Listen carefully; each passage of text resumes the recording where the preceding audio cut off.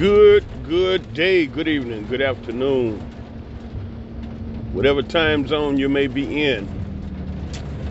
We got a tough one out here today in Israel. I'm on Highway 4 headed north, and look at it out here. They said it would be a storm. They said it would be a storm. And this is it. It's 6:42 in the morning, December 20th, 2021.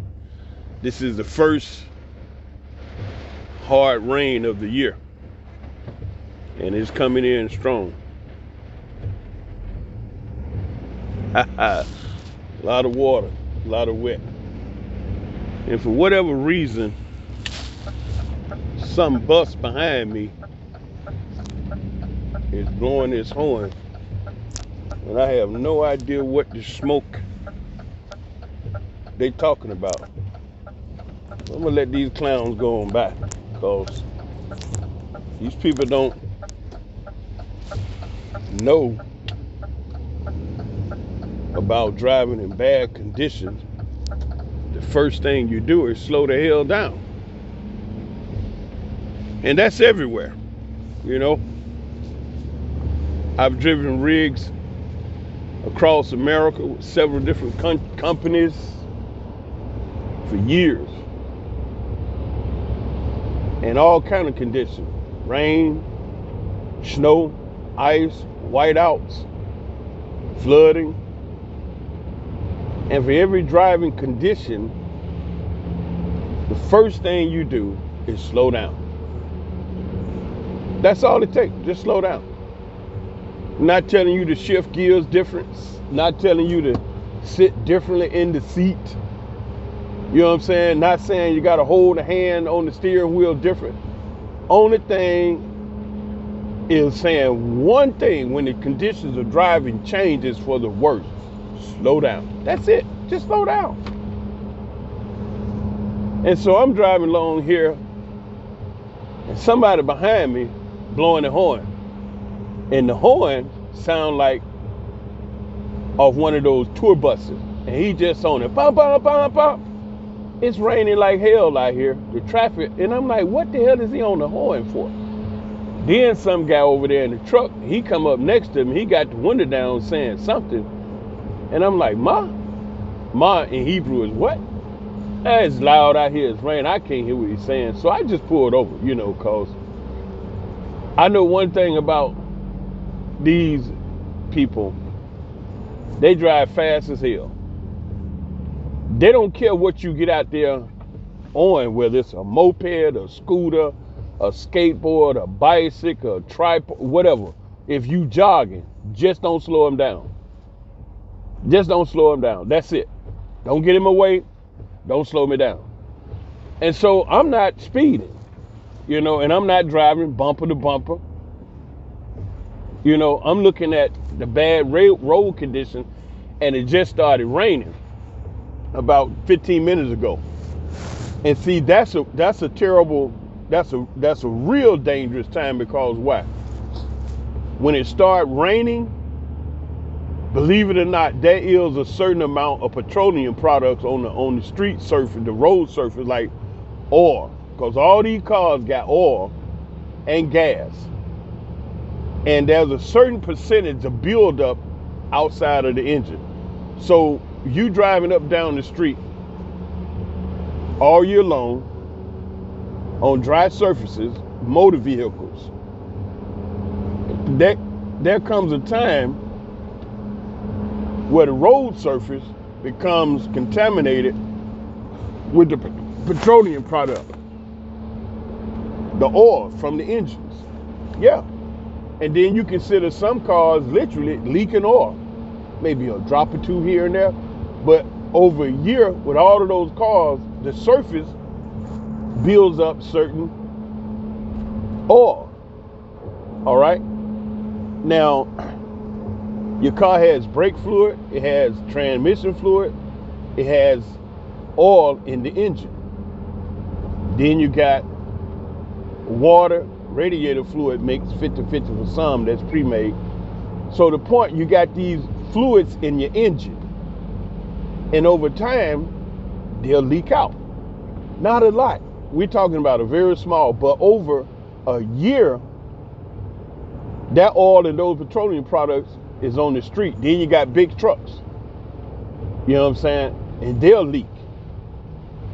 The thing about when it starts raining is the first few minutes of the rain, that water is mixing with those petroleum products and oil and the different thing on the surface.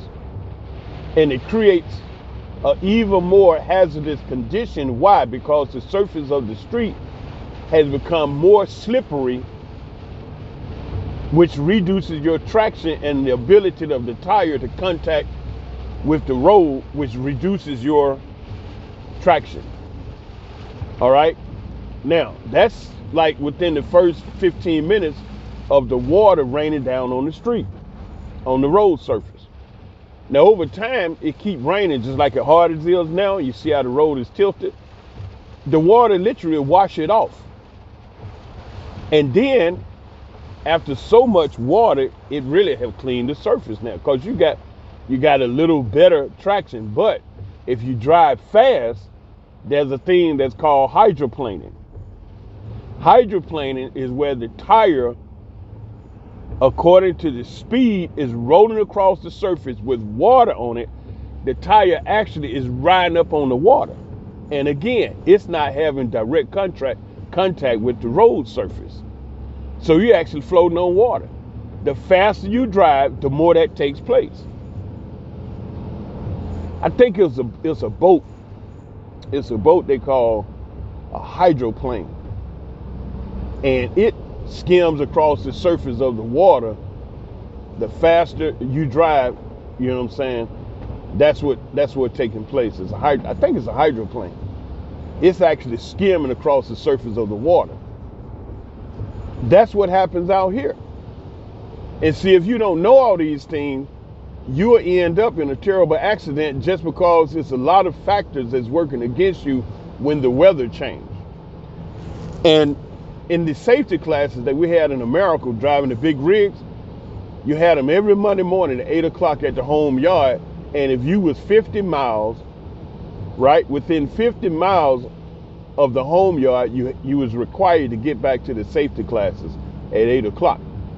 Now, the thing about me is sometime I may be 60 miles, but I would still go back. You know why? Because the safety classes was always taught by a driver that has 50 plus years, man, on the road, and they got stories for you. They got all kind of incredible tips that was real interesting. So I would go to them safety classes, and it'd be on Monday at 8 o'clock, and they'll pay you for it. You know, the whole day you be in there, and they show you films and they talk to you, man, and it really, really was interesting, because these guys been out here on the road 50 years plus. And I remember one time I was training, learning to, you know, at a school, learning to drive in order to qualify to get the CDL, the commercial driver license, the big rig license in America. And I was out in Salt Lake City, Utah. The instructor, senior guy, real laid back, you know, very meticulous on everything. I never forget, he told us, okay, look, in order to pass the test, you had to drive the rig through an obstacle course. And I mean, they laid it out to where you had only inches outside of your mirrors, your rearview mirrors. You only had inches to pass through this. You had to maneuver between two vehicles. You had to pull up, and back up to the offside blind side. Now, for those of you all that don't know, you never driven commercial vehicles, you haven't had that level of training, then you wouldn't understand what is the offside blind side. But that's the side that is the hardest side to back up and park. Well, nevertheless, you had to do it, and they did not design the course with a lot of energy, a lot of room for you to take. You understand? You see why I got over? Because this guy, see this truck, you see him flying along, they drive the same speed as if it was dry out here. So anyway, you had to maneuver through this obstacle course, and it was very difficult. The reason why is the objective was to teach you how to handle the vehicle. Okay? Driving straight down the road is nothing. You know, I've been offered driving teacher's position many occasions. Even when I was here qualifying for the big license, the instructors in the school saw that I could drive already, and they really was impressed with my driving skills. And so they got to a point where, you know, they like, man, it really ain't nothing I could teach you. I could back up, you know. So anyway, I'm in this school, Salt Lake City, Utah. I'm driving with this company, CR England. They, at the time I was working with them, they became the largest refrigerated carrier in the world because CR England started delivering Chinese frozen products over in China. And so anyway, I never forget the old man. You know, he told me, you know, he didn't tell me. He mentioned this in the class. It was about 30 people, you know, qualifying to become over the big rig driver. And he said, you can only pass my class with an A. I don't give any other grades besides A or F. That's the only two grades I give. There are no B's from me. There are no C's and no D's. It's either A or F. Either you pass or you fail. You fail, you go back and do it again until you get an A. Now, I know some of you all may feel that that's not fair because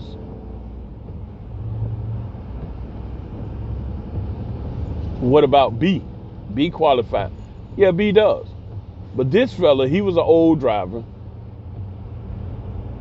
Been out there for years. You see this guy? You see this guy in this transport? You see how he jumps out, get back over to the left, jumps out again? See, you have to be very careful out here because these people can be very impatient. In a little bit of space, you see what he's doing? Now he's going back over there to the left. You see that? You see the car? So you have to be real careful because these people drive with their personality. They're very impatient and everybody want to be first. It ain't nobody going nowhere. So when you drive out here, you have to expect these cars to shoot out there because they will. All right, so anyway, the instructor said you got to pass either with an A or F. Pass or fail. He said some of you may feel that that's, you know, strenuous and it's not fair. But let me tell you why it's like that. I'm not going to let you out there unless you know what you're doing, because my family is out there and you out there with a big rig with 80,000 pounds of freight on you, not knowing what you're doing with all that equipment. He said you become one of the most dangerous moving vehicles on the highway. And I have to think about my family. And if I'm training you to operate that equipment, then you are going to be damn good before you get out of this school.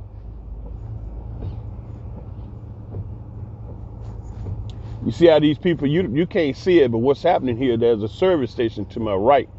And you see all these cars coming out of there, they didn't go in there to get gas. They went in there to try to circumvent a few cars. And you see they shooting through the gas station, the filling station by the fuel pump. And they all rushing in there in a hurry, trying to get just a few cars in front of each other. That's a dangerous situation because they driving too fast by the live fuel pump and people trying to pump gas, and they shooting through the filling station trying to jump in front of a few cars. You see, people do things out here mindless. And if the educators that's teaching people how to drive is not giving certain skills, and I know they not, because I've talked with several people that have went to the training school over here, and it's pitiful. Nevertheless, the instructor said, hey, I'm not letting you out there on the road with my family unless I'm sure you can handle that vehicle. Either A or F. Now let's get to it. And I mean, the guy was good, man. I mean, he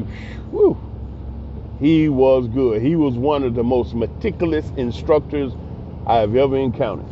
Every single thing he had some wisdom for you. Every single thing he had some experience for you. Every single thing he had logic and reason why it has to be like this, why your seat needs to be adjusted like this, why your feet need to be placed like this, your reach, your steering wheel, your shoulders, your neck, every single thing before you even turn the truck on. We done went through so much stuff and we haven't even turned the key to start the engine. But that's good though. You know, it's very good. See, right here, since I've been talking to you these few minutes, I've seen 2 almost accidents. You have noticed it, but I noticed it. You know, and one thing out here, you have to be able to anticipate what the driver is going to do. You see this guy in the silver car in front of me, I could tell that he was about to pull out there. You know, they do what you call premeditated moves, where if you ride along and paying attention, you could just about tell they finna jump out there. See, one thing about the human mind, the way it works, and then the personality of the driver, and you know how the drivers are. They don't want to be behind nobody. They want to be first. Everybody rushing. It's early morning traffic, and they probably somebody running late, so they think they can get out here and do some crazy maneuver and get to work or wherever they're trying to go on time, but that ain't gonna happen. And they end up having an accident because they go beyond safety. You know, you leave safety out of the equation of what you're doing, and then you wind up having a terrible accident with that stupid move. And if you live through it, all right, and if you live through it and you injured, all of that time that you injured, the first thing the number one question you're gonna ask yourself is, man, why did I do that? And that'll play you. Now, what if you have an accident and because you did something stupid, and you know you did something stupid, and that accident injured you, and you have a disability for life? You know, you lose a leg, you lose an arm, something really bad happened to you that changes your body. But you go on and live your life, but now you don't have no arm, or you may not have a leg. You know, something really bad happened to you. You laid up in the hospital for weeks, you know, recuperating, and they trying to cut you and get you straight, whatever. Every single day, you're gonna ask yourself, damn, why did I do that? It's too late. It's too late. Ain't no sense in asking you. You know, just remind yourself how stupid you was to make that foolish mistake. And now the rest of your days, you're going to pay for it. Now, driving condition. What? First thing, when the driving condition change, okay, it rained. Cut your speed by 25%. That's it. I didn't say come up with another gear shift pattern. I didn't say learn how to sit in the car in a different position. I said cut your speed, slow down 25%. That's it. Just slow down. That's all. You know, slow down. When the condition get worse, it's raining, now it's storming, and the visibility drop way low, which means you can't see way ahead of you. Cut your speed by another 25%, which gives you more time to react to whatever situation may suddenly jump out in front of you. If the visibility has been decreased due to the road condition, the weather condition, which means you can't see far ahead of you, then you need to slow down in case you run up on something and you need to stop suddenly, quick. If you're going too fast, you're going to slide right into it. You'll slide right into it. Road conditions change again, snow. Cut your speed by another 25%. Because if it get cold enough, It's snow. That's actually rain that's falling through an atmosphere that is less than freezing temperature, 32 degrees Fahrenheit, 0 degrees Celsius. That water turns to ice and it floats down snow. Now, if it's that cold to turn the water into ice, then it's also that cold to turn the water on the ground to ice. And that's called black ice. When you're riding on asphalt and the ice, the water, which is settled on the road, has become so slick and smooth that you cannot tell that it's ice down there. They call that black ice. Okay? Cut your speed another 25% because you got snow and ice and you don't know where the ice is at. So yes, you creeping along the road real slow, but you real safe. You see how that guy is? You see what he did? Well, where we going? Where the hell is we going? It's traffic like hell. You see him weaving in and out of traffic. And then he get up there and bang, have a terrible accident, be walking on the side of the car holding head, looking like, oh man. Cut your speed by another 25%. Look, when I was driving, see, reason why I'm referencing America, because their driving conditions is hella worse than over here because of the mountains, the snow and ice. All right? Now, Israel ain't that big. Israel, look, from the southernmost city, which is Eilat, down there by Egypt, all the way up to the northernmost city, which is Metula, which is at the border of Lebanon and Israel in the north. That's only 550 kilometers. And a kilometer is shorter than a mile. So this whole length of this country is only 550 kilometers. You can take Israel and sit it from on one end of Texas, long way, and you will still have another 300 miles before you get out of Texas, because Texas is 800 miles from breath-wise, end to end. Okay, and I done drove it plenty of times. You get out of Texas, everything else a hop, skip, and a jump to California. So nevertheless, I'm driving wintertime, and I used to hate driving in the winter in the United States of America, especially up north. Woo! So we up there, and we driving across Nebraska, Highway 90. Now, when you get up there on Highway 90 in Nebraska, everybody that knows, you are up in the mountains, way high. It's cold. There's 3 hills up in there. And so it's snow, it's ice, slush on the road, you can't see. And so the speed limit signs are automatic.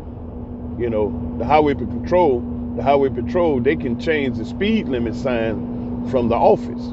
And so you driving along, it starts snowing, and you see the speed limit may be whatever, 40. And then you going along a little further, and you see the speed limit, the next sign is dropped. It's 25. The weather got worse. So you drop down to 25, you cruising along there, boogity, 25. Go a little further, and then you see the sign, road closed ahead. And they got this big, gate over the highway, but it's right after the exit, and you get off the exit, and, there's a truck stop up there. Okay? Now, what happened? Nothing. They just slowed the trucks down, slowed the speed down. Everybody up there, slow down. They didn't tell you to do anything different than what you normally do, but slow the hell down. I've seen drivers try to take curbs and flip the damn truck over. Why? You're going too damn fast around the curb, jackass, and you got a high center of gravity, and if you don't slow this big baby down, you're gonna turn over. Dumbass turn over. Yeah, all the time. Just stupid, just stupid stuff. Where the hell you get your license from? The Cracker Jack box? But that's what be happening out here, man. I see accident. Okay, I see accident once or twice a week, and then I see near miss accident every day. 2, 3, 4 every day. All day long. A guy hit me. Listen, This guy, I was driving my car to work one morning over here down south, and nobody was out there but me. I'm coming down the street to an intersection, and I come up to the intersection. I see what's happening. One guy is sitting there waiting, and I see this car coming toward me on the other lane, opposite lane. He over there. He coming up to the intersection, and I see one guy waiting. Another guy is driving up to my right. Okay, and he's got to come into the intersection, but I notice he got his blinker on. He's gonna make a right turn coming into the intersection, which meant that, you know, he was gonna turn off onto the road that I was on. Well, it was a bright sunny morning, and I saw the guy rolling. The fella that was coming toward me in the opposite lane, he had pulled up to the intersection and stopped. The other fella was on the right hand. He's got to come into the intersection. He was stopped waiting. But the other guy that was riding down behind him, I watched him. And he looked around, and because the sun was behind me, when he looked around, I saw his face. And I could tell he was going to go for it. He had the yield sign where he was supposed to yield to the oncoming traffic in the main road. But I could tell this guy, he's going to go for it. A lot of these guys be what you call daredevils. Daredevils. They will go for it. And so anyway, when I was pulling into the intersection, I slowed down. And the two fellas sitting there waiting, they saw me. I slowed down a little bit. But that daredevil over there, he's going to run. So he jumps out there, right? And I slow down again. And the fella that was sitting there facing me, he was waiting because he wanted to make a left-hand turn. And so what he should have done was waited until I passed through the intersection, because there was absolutely nobody else out there. 4 cars, 2 waiting to make a turn. I'm driving through, which was the right of way because I was on the main road, and another fella had the yield sign, which he didn't yield for. He blew through the yield sign, which I slowed down a little bit more.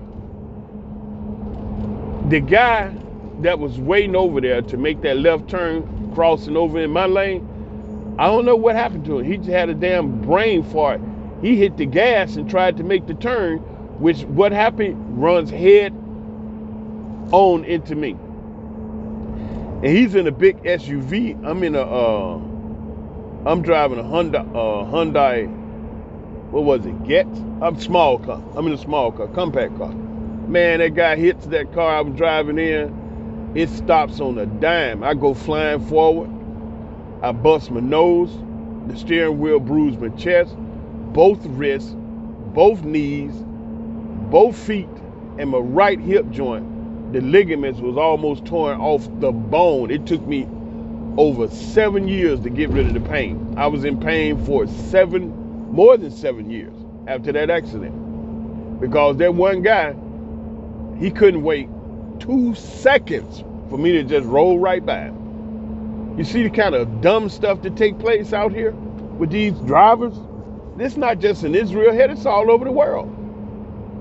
It's just all over the world, just dumb stuff all day long that people don't even consider. You know, your life is not worth a text message. We driving down toward Egypt, doing this job down there. It was a road that was so narrow, man, it just unnerved me. It gave me the heebie-jeebies every day. I used to dread driving down that road. Why? For several reasons. Number one, mainly, the damn road was so narrow, you know, and that speaks volume to the Israeli Transportation Ministry. They know that there are 30% more cars on this highway in this country than there are roads able to deal with them. It's overcrowded everywhere. Everywhere, even in small cities, you run into a traffic jam. A city so small down south don't have a traffic light, but they got a traffic jam because so many cars.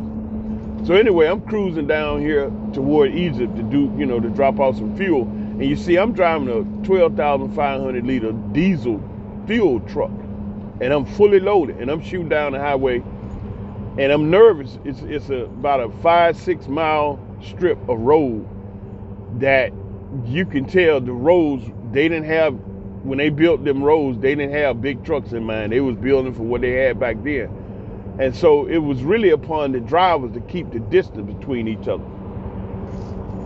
Because the lane down there didn't mean nothing. You had to, pay attention and do your thing. And so for them 5 miles, man, I was nervous every day going and coming. I used to run down there 5 days a week. So I was going and coming down that road 10 times a week. And every single time I was just nervous. Now, they were expanding the road on the far end, coming up from Egypt, and so it was going to take them about another year to get finished. But then what made it even worse, there was a daggone curve in the road where you had to go around this big curve, and them other trucks, man, woof, every day I'm a day, every day. So nevertheless, one day I'm shooting down there and boop, run into a parking lot. Ain't nothing moving.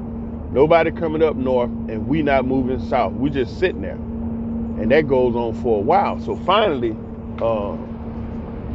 I pop open my Waze and I look at it, and there's a farm field that have farm roads cut through it.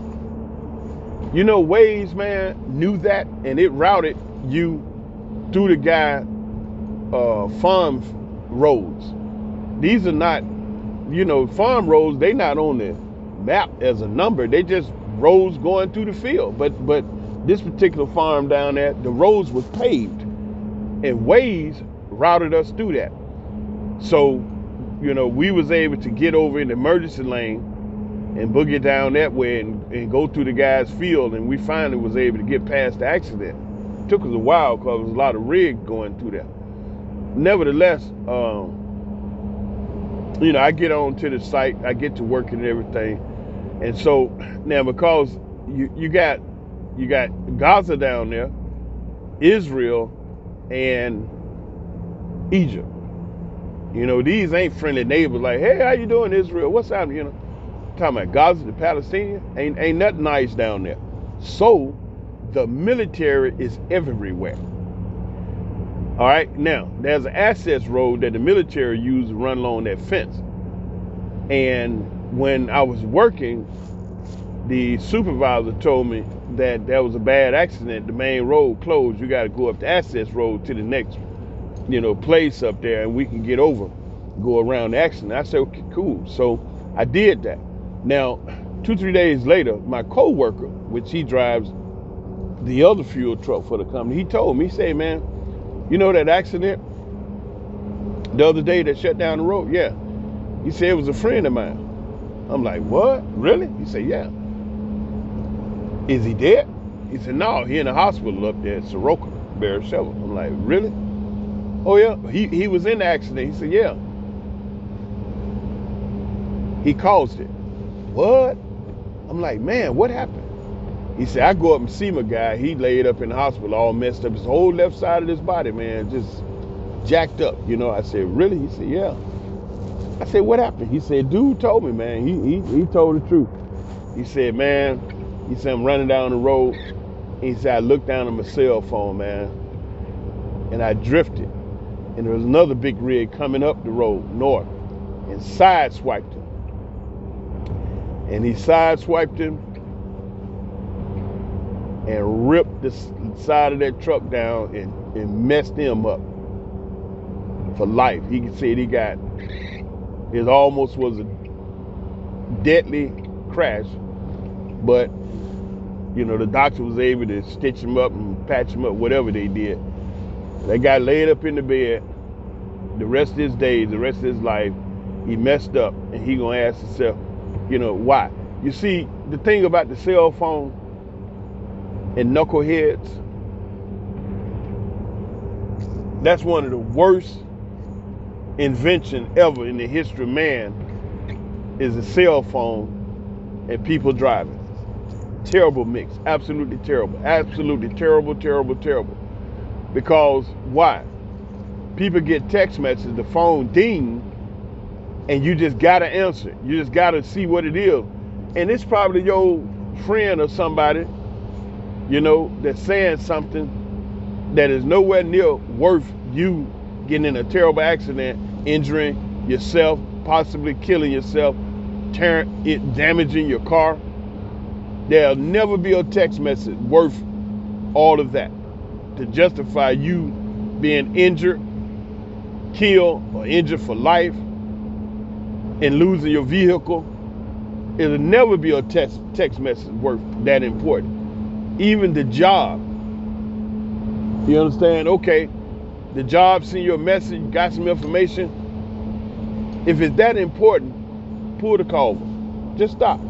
It'll be best to stop on the side of the highway, put your emergency flashers on, deal with the message, put the phone down, and keep going.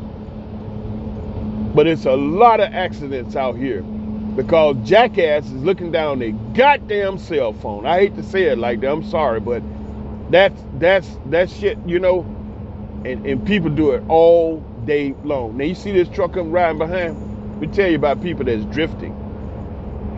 Okay, it's early in the morning, right? So chances are these people out here, the majority of them, and I'm saying the majority because you don't know, but chances are there's a high percentage of most of these people out here have just woke up and they're not sleepy. All right, but this truck here, he has drifted to the right many times. I don't know if you've been paying attention. There was a barrier, a concrete wall that we passed along back there. We already passed it. You see him drifting over there now? You see, look at that. He drifted and almost hit the concrete wall. You know what I've reason to think the reason why he drifting like that? He's looking at his cell phone. He's looking at his cell phone. Yeah. Yeah. I mean, you're driving a truck, so I would assume that you know how to keep the damn thing in between the two white lines. So why you keep drifting? But see, here's the thing. You see, he keep drifting to the right, and he's doing it kind of like in a rhythm. And if you watch him long enough, you'll see he's not really paying attention to what he's doing behind the steering wheel. It's something else that he's paying attention to that's causing him to drift like that. See it all day long. See it all day long. It's people that have been riding next to me in this truck with these big flammable signs on it, flammable liquid, flammable, you know.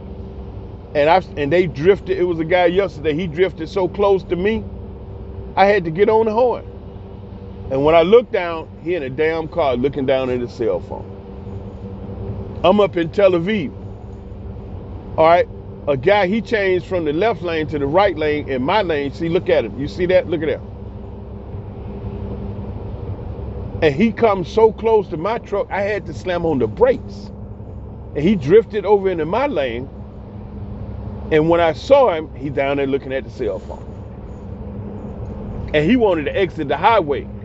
He's not even paying attention to where he's at on the road. And he just about to pass his exit. So now he come across in my lane and he shoot across over in other people's lane. People slamming on the brakes and the horn. Because he over there looking on the cell phone, didn't even notice he was coming up on his exit. Almost caused an accident. I mean, an inch away from causing an accident. They do it all day long. And you know, people have accidents and the cell phone be the cause of it, but they still won't get off of them.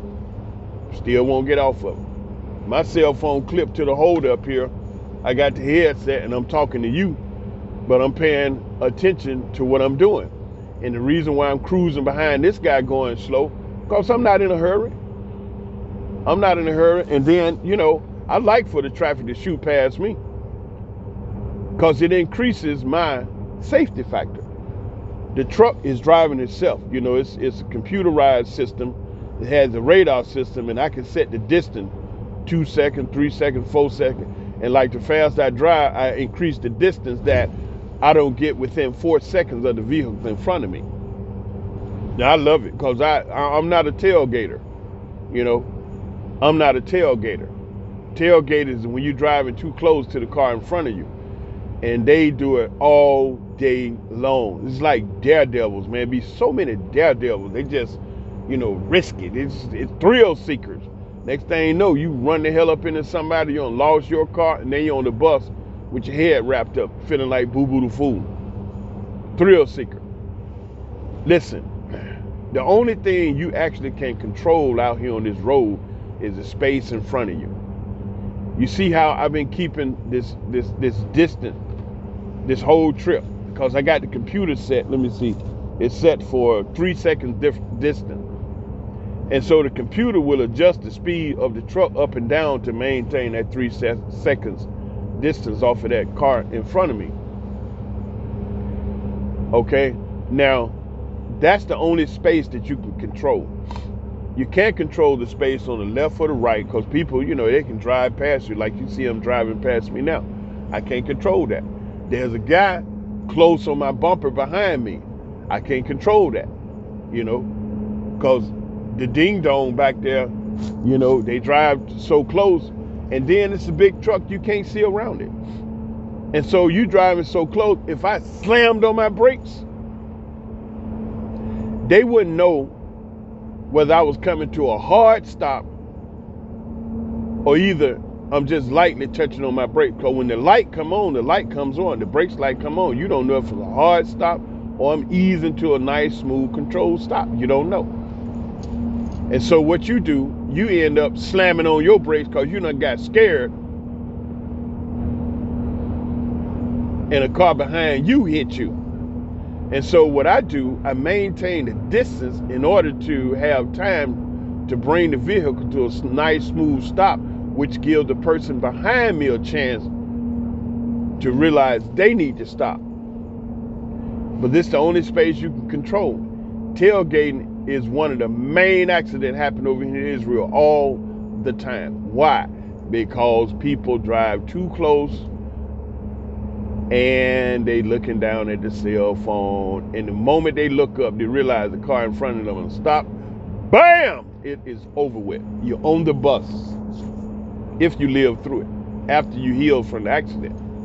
I was coming home yesterday, and it's heavy traffic going down Highway 4. I just passed the city of Ashdod, and I'm looking, and I'm saying, wow, where's the northbound traffic? There was none. I said, must be an accident. Sure enough, I get along down there. The accident had just happened because the people were still sitting in the car. This guy, it was such a terrible accident that the guy, as I passed the scene of the accident, everybody that had the accident was still sitting in the car with the airbag. One guy, I could see his door was open, and then there was people out in the street running around back and forth between the cars on their phone, probably calling emergency services because no police was there, no ambulance, nothing. They just had the accident, and people got out of their cars trying to assist the people that had the accident. And so as I drove by, everybody's slow. They looking at their cell phone and trying to take pictures, So anyway,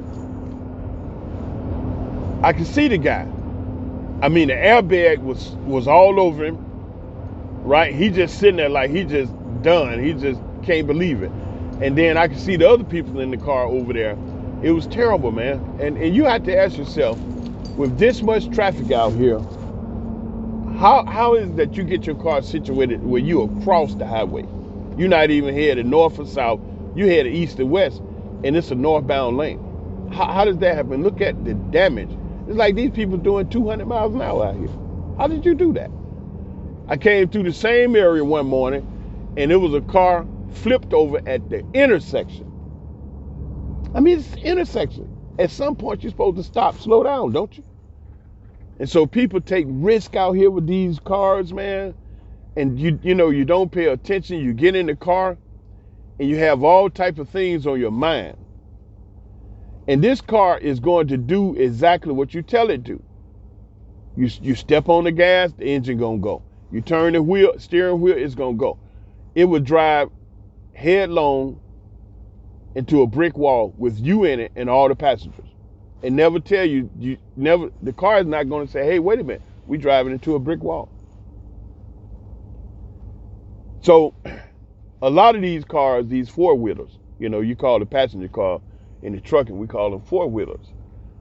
Most of these people, they get in their car for the average. Statistics have shown average of 30 minutes or less, driving, commuting, wherever they're going, back and forth. And then they get out, go do the job, come back, they jump in the car and do it again. Now, statistics shows that the average person driving passenger car, the higher percentage of them get in the car and do not have their mind on driving that vehicle. They jump in the car thinking about a whole lot of other things, the job, the family, friends, all kind of stuff, but you're not thinking about driving. You behind the wheel, you moving down the road, and your mind is on everything else except driving. And that creates a dangerous environment for yourself and others on the road. But then you out there with a whole bunch of other cars and nobody's mind is on driving. And next thing you know, kabam, because you didn't even notice that other car. Man, it's a lot when it come out here, get on this road. And I've been doing it for years, and I've kind of created, certain little techniques over the years of how to do this safely and get to and from where you need to go without an accident. Now it happens, it happens because you can't control what other knucklehead is going to do. Those factors like that, if somebody do something stupid, you can't what? You can't do nothing about that. But if you maneuver in a manner that you increase your safety factor, then you'll increase the chance of not having an accident. Okay? So anyway, I just wanted to share that with you because I felt like sharing it. Nevertheless, look, y'all be safe out here on these roads. Get behind that wheel, be safe, think about what you're doing, and stop taking crazy chances. This has been your brother Nubian King broadcasting from Israel, Northeast Africa. Shalom.